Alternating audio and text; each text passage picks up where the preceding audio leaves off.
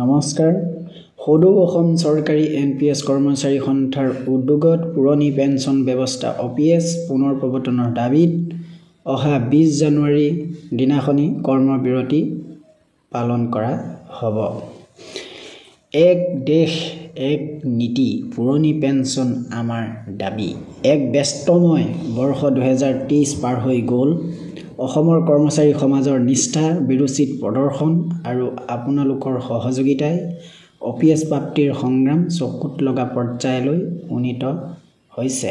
যদিও আমাৰ সুৰক্ষা, আমাৰ কৰ্মচাৰী সমাজৰ অধিকাৰ, পুৰণি পেঞ্চন ব্যৱস্থাৰ পুনৰ প্ৰতিষ্ঠাৰ ক্ষেত্ৰত চৰকাৰ আকুগোজ হৈয়ে আছে।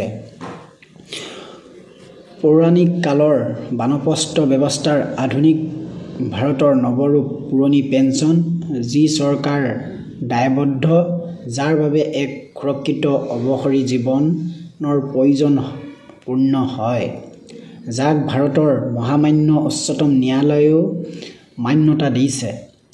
তেনে এক ব্যৱস্থাক বন্ধ কৰি নতুনকৈ ৰাষ্ট্ৰীয় পেঞ্চন ব্যৱস্থা বা NPS জাপি দি একমাত্ৰ বণিক গোষ্ঠীক লাভান্বিত কৰাৰ বাবে পেঞ্চন এক সেৱা। ইয়াৰ বজাৰীকৰণ প্ৰজাতান্ত্ৰিক সমাজতান্ত্ৰিক ভাৰত গণৰাজ্যৰ মূল দৰ্শনৰ সম্পূৰ্ণ পৰিপন্থী। আমি সকলোৱে এক হৈ কৰ্মচাৰী সমাজৰ বাবে, সমাজ, ৰাজ্য, দেশ আৰু ভৱিষ্যত প্ৰজন্মৰ বাবে এই অশুভ ব্যৱস্থাৰ পৰিসমাপ্তি কৰিবলৈ ইতিমধ্যে সংগঠিত গণতান্ত্ৰিক সংগ্ৰামক তীব্ৰতৰ কৰিবই লাগিব। এয়া আমাৰ প্ৰয়োজন, দায়িত্ব আৰু কৰ্তব্য। আমি আগত 2024 বৰ্ষৰ লোকসভা নিৰ্বাচনৰ প্ৰাক মুহূৰ্তত এক যোগাত্মক সঁহাৰি মনে প্ৰাণে কামনা কৰোঁ। মহান উদ্দেশ্যৰ সফল সমাপ্তিৰ বাবে চলিত সংগ্ৰামৰ অংশ স্বৰূপে অহা 20 জানুৱাৰী 2024 তাৰিখৰ পৰা 31 জানুৱাৰী 2024 বৰ্ষৰ শদিয়াৰ পৰা ধুবুৰীলৈ পুৰণি পেঞ্চন ব্যৱস্থা পুনৰ প্ৰতিষ্ঠাৰ হকে গণ আলোড়ন কাৰ্যসূচী সম্পন্ন কৰি বিষয়টি ৰাইজৰ মাজলৈ লৈ যোৱাৰ সিদ্ধান্ত কৰিছোঁ।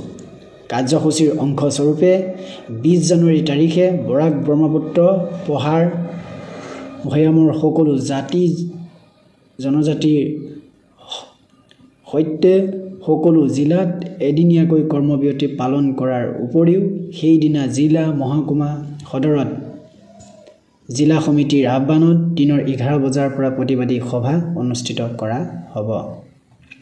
কাৰ্যসূচীৰ অংশ স্বৰূপে সেইদিনা উপস্থিত প্ৰতিবাদীসকলৰ গণস্বাক্ষৰিত স্মাৰকপত্ৰ জিলা আয়ুক্ত বা মহকুমাধিপতিৰ যোগেদি সন্মানীয় মুখ্যমন্ত্ৰীলৈ প্ৰেৰণ কৰাৰ উপৰিও সেইদিনাৰ পৰা ৰাজ্যৰ জনপ্ৰতিনিধিসমূহেও OPS পুনৰ প্ৰতিষ্ঠাৰ দাবী পত্ৰ প্ৰদান কৰা হ'ব।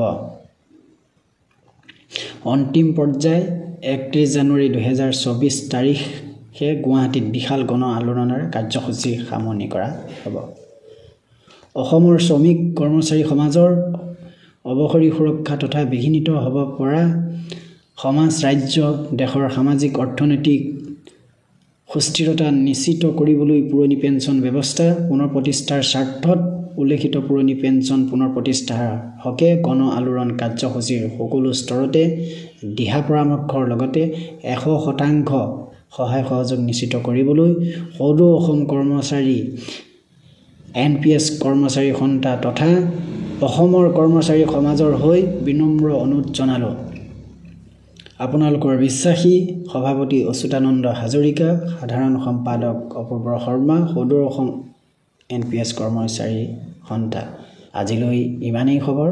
পৰৱৰ্তী পৰ্যায়ত এনেকুৱা ধৰণৰ খবৰসমূহ পুনৰ আপোনালোকে পাই থাকিবৰ কাৰণে আমাৰ চেনেলটো ছাবস্ক্ৰাইব কৰি লাইক শ্বেয়াৰ কৰি থওক। ধন্যবাদ।